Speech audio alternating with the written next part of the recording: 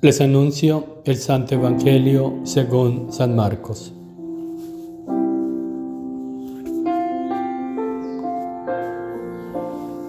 En aquel tiempo, Jesús se marchó a Judea y a Transjordania.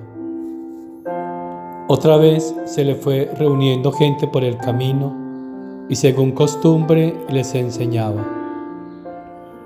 Se le acercaron unos fariseos y le preguntaron para ponerlo a prueba: ¿le es lícito a un hombre divorciarse de su mujer? Él les replicó: ¿qué os ha mandado Moisés? Contestaron: Moisés permitió divorciarse, dándole a la mujer un acta de repudio. Jesús les dijo: por vuestra terquedad dejó escrito Moisés este precepto. Al principio de la creación, Dios los creó hombre y mujer. Por eso abandonará el hombre a su padre y a su madre, se unirá a su mujer y serán los dos una sola carne. De modo que ya no son dos, sino una sola carne. Lo que Dios ha unido, que no lo separe el hombre.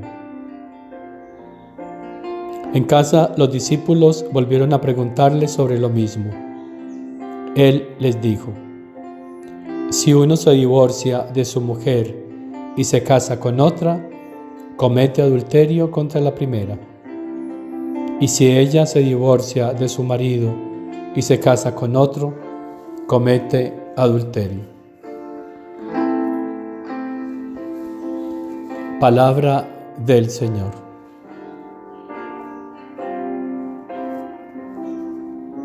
Lo que Dios ha unido, no lo puede separar el hombre. Hombre, ¿por qué te estás metiendo en un campo que no te corresponde? ¿Que no es tu competencia? Decidir sobre cosas tan trascendentales. Por ejemplo, sobre la vida. ¿Quién vive? ¿Quién muere? No, eso solo le corresponde a Dios y única y exclusivamente a Dios. Y ahora, frente a la unión del hombre y la mujer, también es plan de Dios, es designio de Dios. Por eso Jesús, cuando los fariseos, para ponerlo a prueba, no para saber la verdad, no les importaba conocer la verdad, no querían escuchar la verdad de labios de Jesús, solo querían ponerlo a prueba para echarle encima sus acusaciones. Jesús les dice que vayan al principio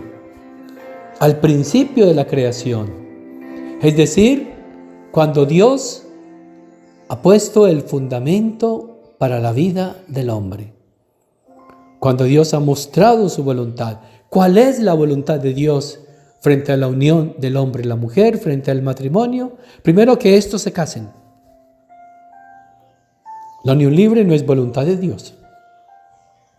Que el matrimonio es una unión más espiritual que corporal.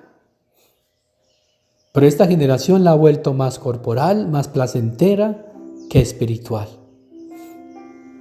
Y como se volvió algo de placer, por eso dejan a sus esposas, como cuando se deja una camisa que ya no sirve.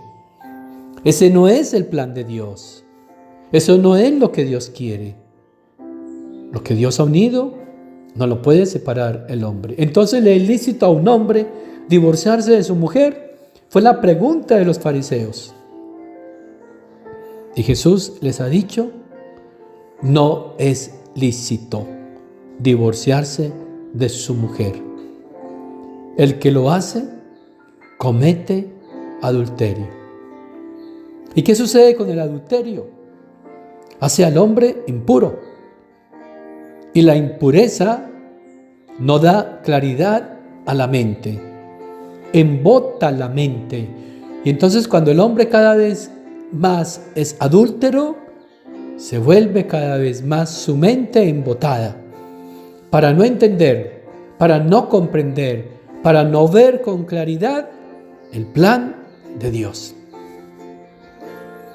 Y entonces empieza a tomar decisiones por sí mismo y cree que está bien. Empieza a actuar por sí mismo sin tener en cuenta el designio divino y cree que está bien. ¿Por qué? Porque la impureza de su corazón, de su cuerpo, llegó a su mente y a su alma. Y entonces no ve con claridad. El pensamiento se embota. Al estar embotado, a lo feo lo llama bello, a lo oscuro lo llama luz, a lo bueno lo llama malo. No puede tener la lucidez mental, la sabiduría divina para entender y mucho menos para vivir muchas cosas. Ahora ya entendemos la necedad de esta generación, porque es una generación adúltera. Y ese adulterio lo ha hecho impuro para Dios y por lo tanto ha abortado de su alma la vida divina. ¡Qué desgracia para el hombre! Si tuviera la claridad de pensamiento, lo podría entender, pero no lo va a entender, porque precisamente esa impureza del alma lo llevó a esa ceguera, a esa incomprensión. Dichosos los castos, dichosos los puros, dichosos los que se conserven en el plan de Dios, como nuestra Reina y Madre María, la toda pura, la toda bella, la toda santa, con toda la claridad mental, porque todo Dios estaba en toda ella, gracias a que estaba totalmente inserta en el plan de Dios, en la voluntad del Padre Celestial. Que por tu intercesión, Madre Celestial, el Señor nos conceda a todos regresar al principio, es decir, adquirir la pureza del alma y del cuerpo, para que la sabiduría divina pueda encontrar en nuestra mente su lugar.